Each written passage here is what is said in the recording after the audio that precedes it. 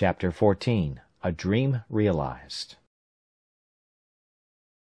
Having now brought all my things on shore and secured them, I went back to my boat, and rowed or paddled her along the shore to her old harbour, where I laid her up and made the best of my way to my old habitation, where I found everything safe and quiet. I began now to repose myself, live after my old fashion, and take care of my family affairs. And for a while I lived easy enough, only that I was more vigilant than I used to be, looked out oftener, and did not go abroad so much. And if at any time I did stir with any freedom, it was always to the east part of the island, where I was pretty well satisfied the savages never came, and where I could go without so many precautions, and such a load of arms and ammunition as I always carried with me if I went the other way. I lived in this condition near 2 years more, but my unlucky head, that was always to let me know it was born to make my body miserable, was all these 2 years filled with projects and designs how, if it were possible, I might get away from this island, for sometimes I was for making another voyage to the wreck, though my reason told me there was nothing left there worth the hazard of my voyage, sometimes for a ramble one way, sometimes another, and I believe verily, if I had had the boat that I went from Sallee in, I should have ventured to sea, bound anywhere, I knew not whither. I have been, in all my circumstances, a memento to those who are touched with the general plague of mankind, whence, for aught I know, 1/2 of their miseries flow. I mean that of not being satisfied with the station wherein God and nature hath placed them. For, not to look back upon my primitive condition, and the excellent advice of my father, the opposition to which was, as I may call it, my original sin, my subsequent mistakes of the same kind had been the means of my coming into this miserable condition, for had that Providence which so happily seated me at the Brazils, as a planter, blessed me with confined desires, and I could have been contented to have gone on gradually, I might have been by this time, I mean in the time of my being in this island, one of the most considerable planters in the Brazils. Nay, I am persuaded that by the improvements I had made in that little time I lived there, and the increase I should probably have made if I remained, I might have been worth 100,000 moidores. And what business had I to leave a settled fortune, a well-stocked plantation, improving and increasing, to turn supercargo to Guinea to fetch negroes, when patience and time would have so increased our stock at home that we could have bought them at our own door from those whose business it was to fetch them? And though it cost us something more, yet the difference of that price was by no means worth saving at so great a hazard. But as this is usually the fate of young heads, so reflection upon the folly of it is as commonly the exercise of more years, or of the dear-bought experience of time. So it was with me now, and yet so deep had the mistake taken root in my temper, that I could not satisfy myself in my station, but was continually poring upon the means and possibility of my escape from this place, and that I may, with greater pleasure to the reader, bring on the remaining part of my story, it may not be improper to give some account of my first conceptions on the subject of this foolish scheme for my escape, and how and upon what foundation I acted. I am now to be supposed retired into my castle, after my late voyage to the wreck, my frigate laid up and secured under water as usual, and my condition restored to what it was before. I had more wealth indeed than I had before, but was not at all the richer, for I had no more use for it than the Indians of Peru had before the Spaniards came there. It was one of the nights in the rainy season in March, the 24th year of my first setting foot in this island of solitude.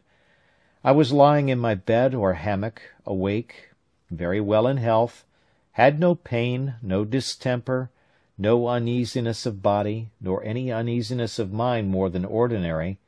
but could by no means close my eyes, that is, so as to sleep, no, not a wink all night long, otherwise than as follows. It is impossible to set down the innumerable crowd of thoughts that whirled through that great thoroughfare of the brain, the memory, in this night's time. I ran over the whole history of my life in miniature, or by abridgment, as I may call it, to my coming to this island, and also of that part of my life since I came to this island. In my reflections upon the state of my case since I came on shore on this island, I was comparing the happy posture of my affairs in the first years of my habitations here with the life of anxiety, fear, and care which I had lived in ever since I had seen the print of a foot in the sand. Not that I did not believe the savages had frequented the island even all the while, and might have been several hundreds of them at times on shore there, but I had never known it, and was incapable of any apprehensions about it. My satisfaction was perfect, though my danger was the same, and I was as happy in not knowing my danger as if I had never really been exposed to it. This furnished my thoughts with very many profitable reflections, and particularly this one: how infinitely good that Providence is, which has provided, in its government of mankind, such narrow bounds to his sight and knowledge of things, and though he walks in the midst of so many thousand dangers, the sight of which, if discovered to him, would distract his mind and sink his spirits, he is kept serene and calm by having the events of things hid from his eyes, and knowing nothing of the dangers which surround him. After these thoughts had for some time entertained me, I came to reflect seriously upon the real danger I had been in for so many years in this very island, and how I had walked about in the greatest security and with all possible tranquillity, even when perhaps nothing but the brow of a hill, a great tree, or the casual approach of night had been between me and the worst kind of destruction, that is, that of falling into the hands of cannibals and savages, who would have seized on me with the same view as I would on a goat or turtle, and would have thought it no more crime to kill and devour me than I did of a pigeon or a curlew. I would unjustly slander myself if I should say I was not sincerely thankful to my great preserver, to whose singular protection I acknowledged, with great humanity, all these unknown deliverances were due, and without which I must inevitably have fallen into their merciless hands. When these thoughts were over, my head was for some time taken up in considering the nature of these wretched creatures, I mean the savages, and how it came to pass in the world that the wise governor of all things should give up any of his creatures to such inhumanity, nay, to something so much below even brutality itself, as to devour its own kind. But as this ended in some, at that time, fruitless speculations, it occurred to me to inquire what part of the world these wretches lived in,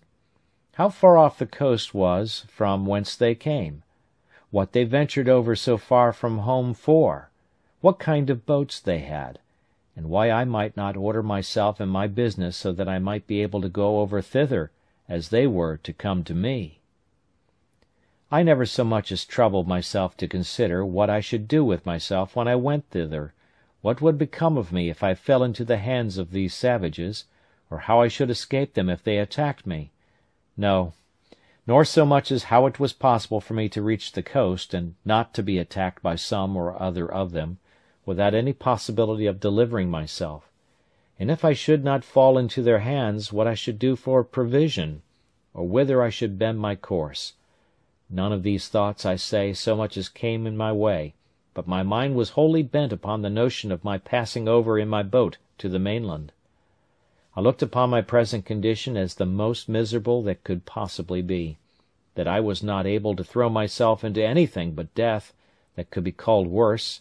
and if I reached the shore of the main I might perhaps meet with relief, or I might coast along as I did on the African shore, till I came to some inhabited country, and where I might find some relief, and after all, perhaps I might fall in with some Christian ship that might take me in, and if the worst came to the worst, I could but die, which would put an end to all these miseries at once. Pray note,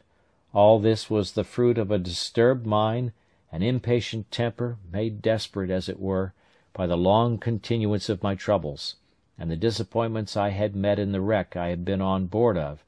and where I had been so near obtaining what I so earnestly longed for, somebody to speak to, and to learn some knowledge from them of the place where I was, and of the probable means of my deliverance.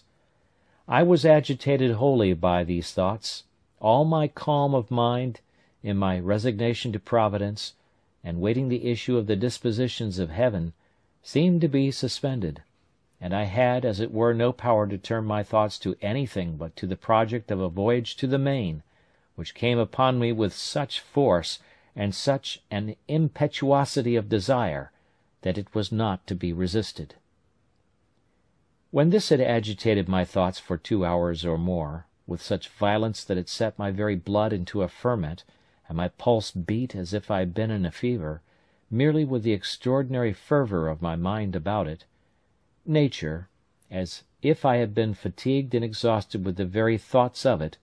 threw me into a sound sleep. One would have thought I should have dreamed of it, but I did not, nor of anything relating to it, but I dreamed that as I was going out in the morning as usual from my castle, I saw upon the shore 2 canoes and 11 savages coming to land, and that they brought with them another savage whom they were going to kill in order to eat him, when on a sudden the savage that they were going to kill jumped away and ran for his life, and I thought in my sleep that he came running into my little thick grove before my fortification to hide himself, and that I, seeing him alone, and not perceiving that the others sought him that way, showed myself to him, and smiling upon him, encouraged him, that he kneeled down to me, seeming to pray me to assist him, upon which I showed him my ladder, made him go up, and carried him into my cave, and he became my servant, and that as soon as I had got this man, I said to myself, "Now I may certainly venture to the mainland, for this fellow will serve me as a pilot,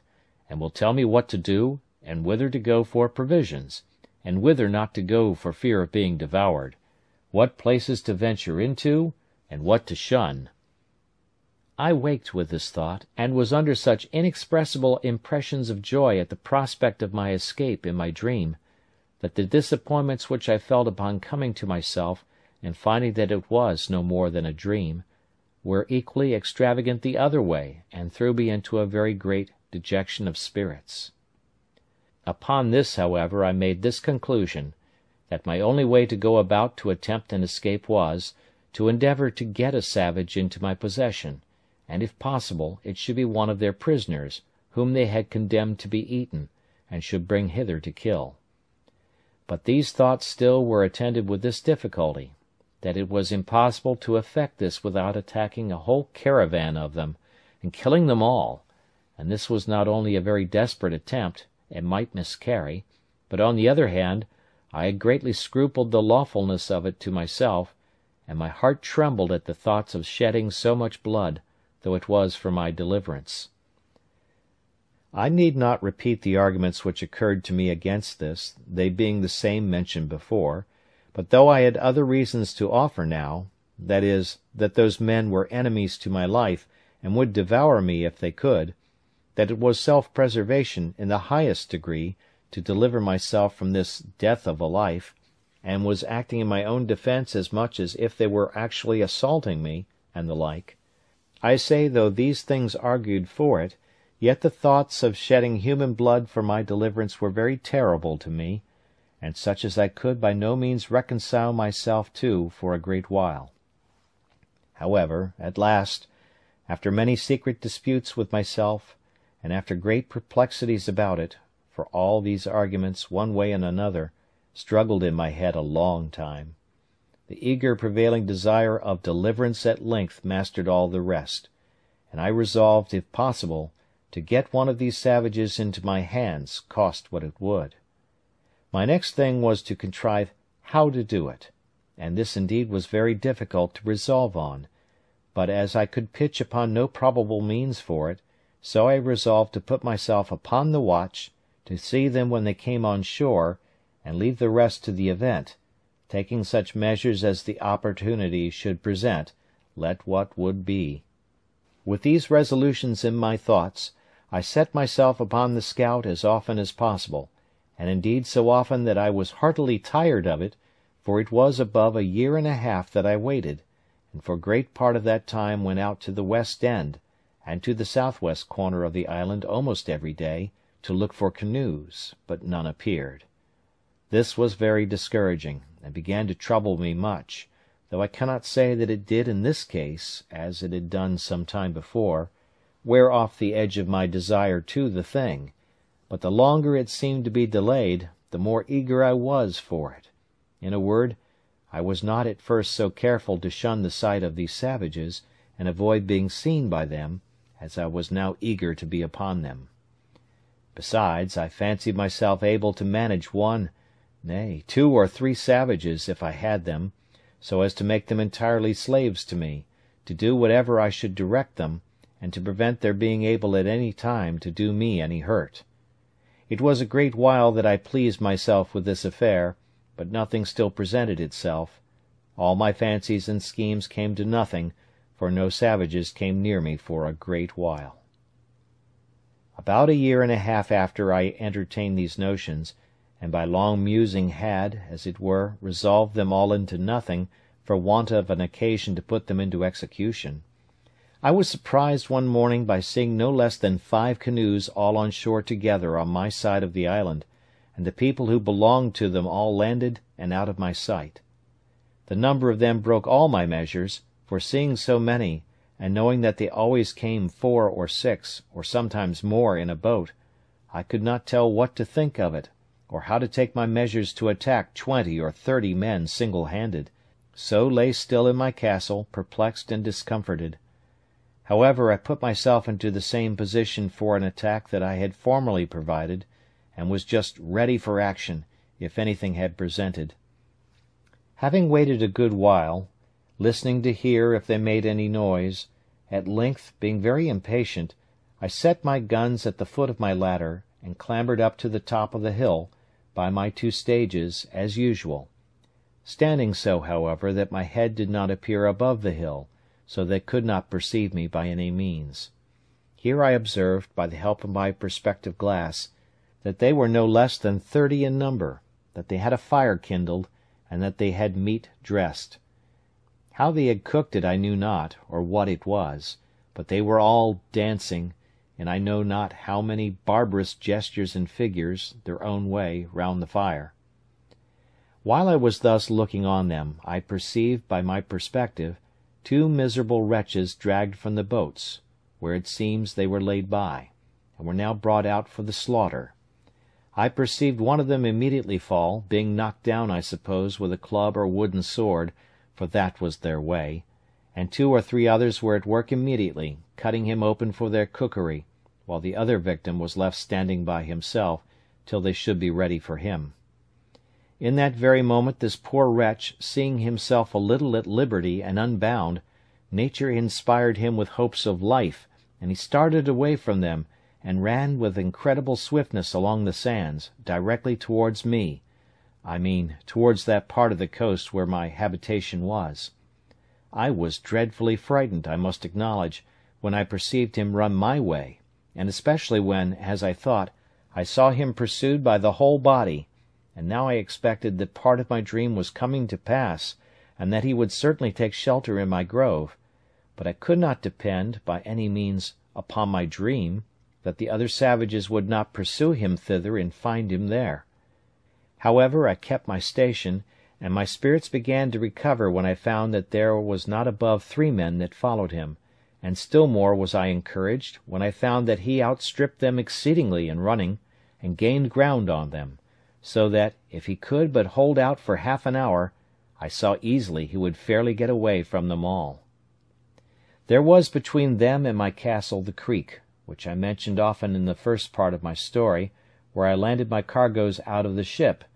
and this I saw plainly he must necessarily swim over, or the poor wretch would be taken there.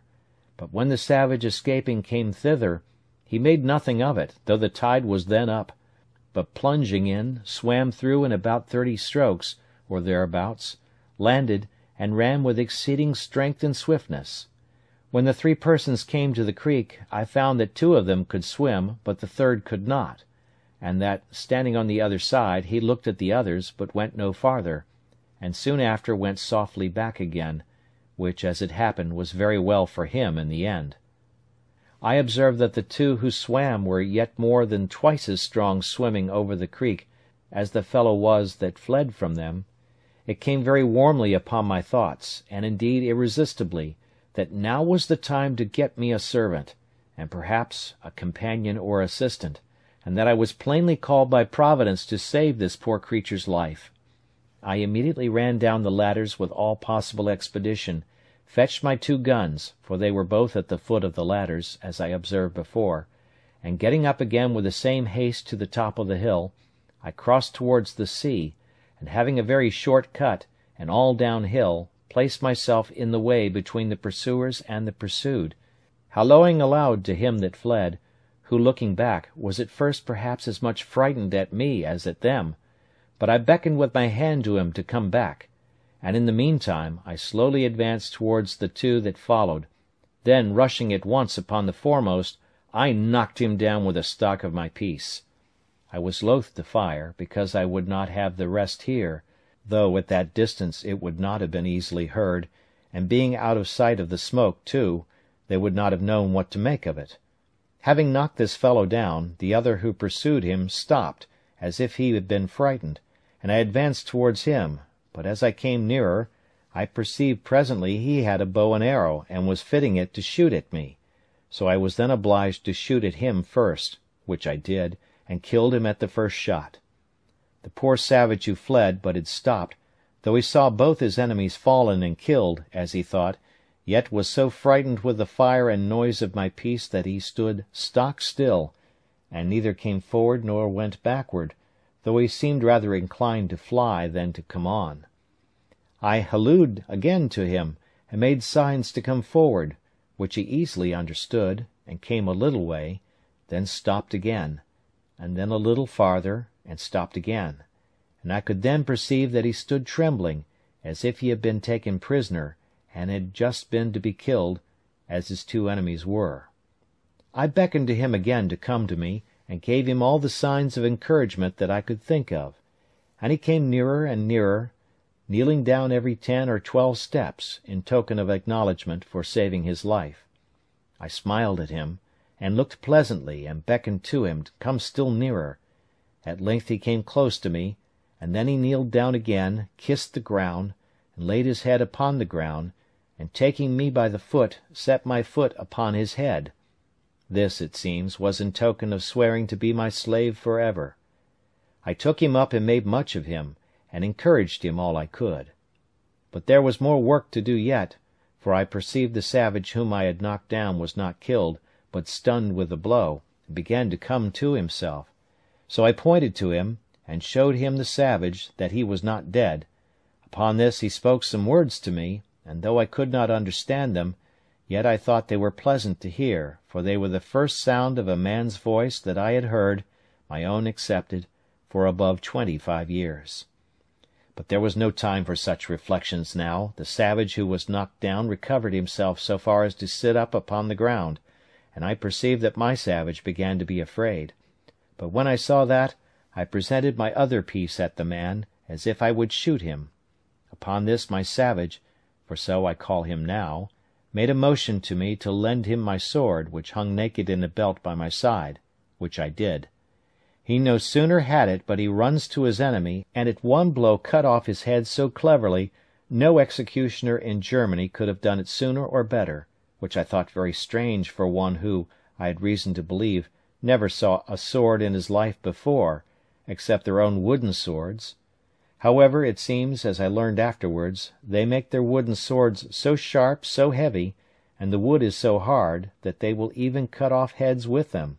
aye, and arms, and that at one blow, too.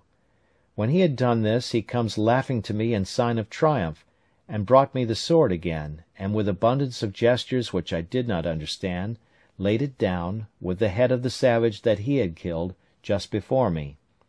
But that which astonished him most was to know how I killed the other Indian so far off. So pointing to him, he made signs to me to let him go to him, and I bade him go, as well as I could. When he came to him, he stood like one amazed, looking at him, turning him first on one side, then on the other, looking at the wound the bullet had made, which it seems was just in his breast, where it had made a hole, and no great quantity of blood had followed, but he had bled inwardly, for he was quite dead. He took up his bow and arrows, and came back. So I turned to go away, and beckoned him to follow me, making signs to him that more might come after them. Upon this he made signs to me that he should bury them with sand, that they might not be seen by the rest if they followed, and so I made signs to him again to do so. He fell to work, and in an instant he had scraped a hole in the sand with his hands big enough to bury the first in, and then dragged him into it and covered him, and did so by the other also. I believe he had buried them both in a quarter of an hour.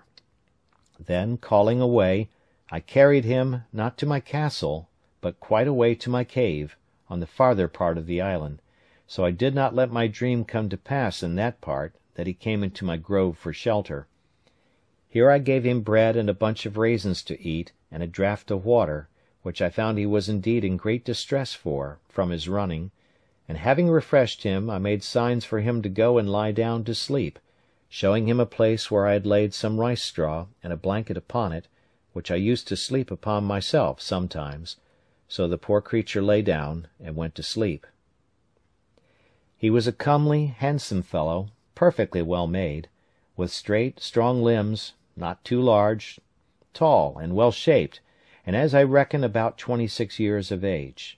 He had a very good countenance, not a fierce and surly aspect, but seemed to have something very manly in his face, and yet he had all the sweetness and softness of a European in his countenance too, especially when he smiled. His hair was long and black, not curled like wool, his forehead very high and large, and a great vivacity and sparkling sharpness in his eyes. The colour of his skin was not quite black, but very tawny, and yet not an ugly, yellow, nauseous tawny, as the Brazilians and Virginians and other natives of America are, but of a bright kind of a dun olive colour, that had in it something very agreeable, though not very easy to describe. His face was round and plump, his nose small, not flat, like the negroes, a very good mouth, thin lips, and his fine teeth well set, and as white as ivory. After he had slumbered, rather than slept, about half an hour, he awoke again, and came out of the cave to me, for I had been milking my goats which I had in the enclosure just by. When he espied me, he came running to me, laying himself down again upon the ground, with all the possible signs of a humble, thankful disposition, making a great many antic gestures to show it. At last he lays his head flat upon the ground, close to my foot, and sets my other foot upon his head, as he had done before, and after this made all the signs to me of subjection, servitude, and submission imaginable, to let me know how he would serve me so long as he lived. I understood him in many things, and let him know I was very well pleased with him. In a little time I began to speak to him, and teach him to speak to me, and first I let him know his name should be Friday, which was the day I saved his life. I called him so for the memory of the time. I likewise taught him to say master, and then let him know that was to be my name. I likewise taught him to say yes and no, and to know the meaning of them. I gave him some milk in an earthen pot, and let him see me drink it before him, and sop my bread in it, and gave him a cake of bread to do the like, which he quickly complied with, and made signs that it was very good for him. I kept there with him all that night, but as soon as it was day I beckoned to him to come with me, and let him know I would give him some clothes, at which he seemed very glad, for he was stark naked. As we went by the place where he had buried the two men, he pointed exactly to the place, and showed me the marks that he had made to find them again, making signs to me that we should dig them up again and eat them. At this I appeared very angry, expressed my abhorrence of it, made as if I would vomit at the thoughts of it, and beckoned with my hand to him to come away, which he did immediately, with great submission. I then led him up to the top of the hill to see if his enemies were gone, and pulling out my glass I looked, and saw plainly the place where they had been, but no appearance of them or their canoes. So it was plain they were gone, and had left their two comrades behind them, without any search after them. But I was not content with this discovery, but having now more courage, and consequently more curiosity, I took my man Friday with me, giving him the sword in his hand, with the bow and arrows at his back, which I found he could use very dexterously, making him carry one gun for me, and I too for myself, and away we marched to the place where these creatures had been, for I had a mind now to get some further intelligence of them. When I came to the place, my very blood ran chill in my veins, and my heart sunk within me, at the horror of the spectacle. Indeed, it was a dreadful sight. At least it was so to me, though Friday made nothing of it. The place was covered with human bones, the ground dyed with their blood, and great pieces of flesh left here and there, half-eaten, mangled and scorched, and in short all the tokens of the triumphant feast they had been making there after a victory over their enemies. I saw 3 skulls, 5 hands, and the bones of 3 or 4 legs and feet, and abundance of other parts of the bodies.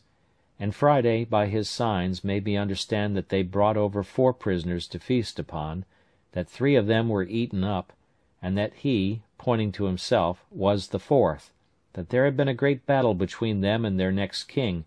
of whose subjects, it seems, he had been one,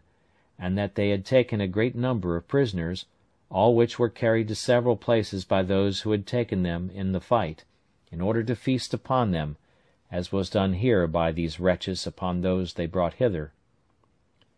I caused Friday to gather all the skulls, bone, flesh, and whatever remained, and lay them together in a heap, and make a great fire upon it, and burn them all to ashes. I found Friday had still a hankering stomach after some of the flesh, and was still a cannibal in his nature, but I showed so much abhorrence at the very thoughts of it, and at the least appearance of it, that he durst not discover it, for I had by some means let him know that I would kill him if he offered it. When he had done this, we came back to our castle, and there I fell to work for my man Friday, and first of all I gave him a pair of linen drawers, which I had out of the poor gunner's chest I mentioned, which I found in the wreck, and which with a little alteration fitted him very well. And then I made him a jerkin of goatskin, as well as my skill would allow, for I was now grown a tolerably good tailor, and I gave him a cap which I made of hare's skin, very convenient, and fashionable enough, and thus he was clothed, for the present, tolerably well, and was mighty well pleased to see himself almost as well clothed as his master. It is true he went awkwardly in these clothes at first, wearing the drawers was very awkward to him, and the sleeves of the waistcoat galled his shoulders and the inside of his arms, but a little easing them where he complained they hurt him, and using himself to them, he took to them at length very well. The next day, after I came home to my hutch with him, I began to consider where I should lodge him, and that I might do well for him and yet be perfectly easy myself, I made a little tent for him in the vacant place between my 2 fortifications, in the inside of the last, and in the outside of the first. As there was a door or entrance there into my cave, I made a formal framed door-case, and a door to it of boards, and set it up in the passage, a little within the entrance, and causing the door to open in the inside, I barred it up in the night, taking in my ladders too, so that Friday could no way come at me in the inside of my innermost wall, without making so much noise in getting over that it must needs awaken me, for my first wall had now a complete roof over it of long poles, covering all my tent, and leaning up to the side of the hill, which was again laid across with smaller sticks, instead of laths, and then thatched over a great thickness with the rice straw, which was strong like reeds, and at the hole or place which was left to go in or out by the ladder I had placed a kind of trap-door, which, if it had been attempted on the outside, would not have opened at all, but would have fallen down and made a great noise. As to weapons, I took them all into my side every night. But I needed none of all this precaution, for never man had a more faithful, loving, sincere servant than Friday was to me, without passions, sullenness, or designs, perfectly obliged and engaged. His very affections were tied to me, like those of a child to a father, and I dare say he would have sacrificed his life to save mine upon any occasion whatsoever. The many testimonies he gave me of this put it out of doubt, and soon convinced me that I needed to use no precautions for my safety on his account. This frequently gave me occasion to observe, and that with wonder, that however it had pleased God in his providence, and in the government of the works of his hands, to take from so great a part of the world of his creatures the best uses to which their faculties and the powers of their souls are adapted, yet that he has bestowed upon them the same powers, the same reason, the same affections, the same sentiments of kindness and obligation, the same passions and resentments of wrongs, the same sense of gratitude, sincerity, fidelity, and all the capacities of doing good and receiving good that he has given to us, and that when he pleases to offer them occasions of exerting these, they are as ready, nay, more ready, to apply them to the right uses for which they were bestowed, than we are.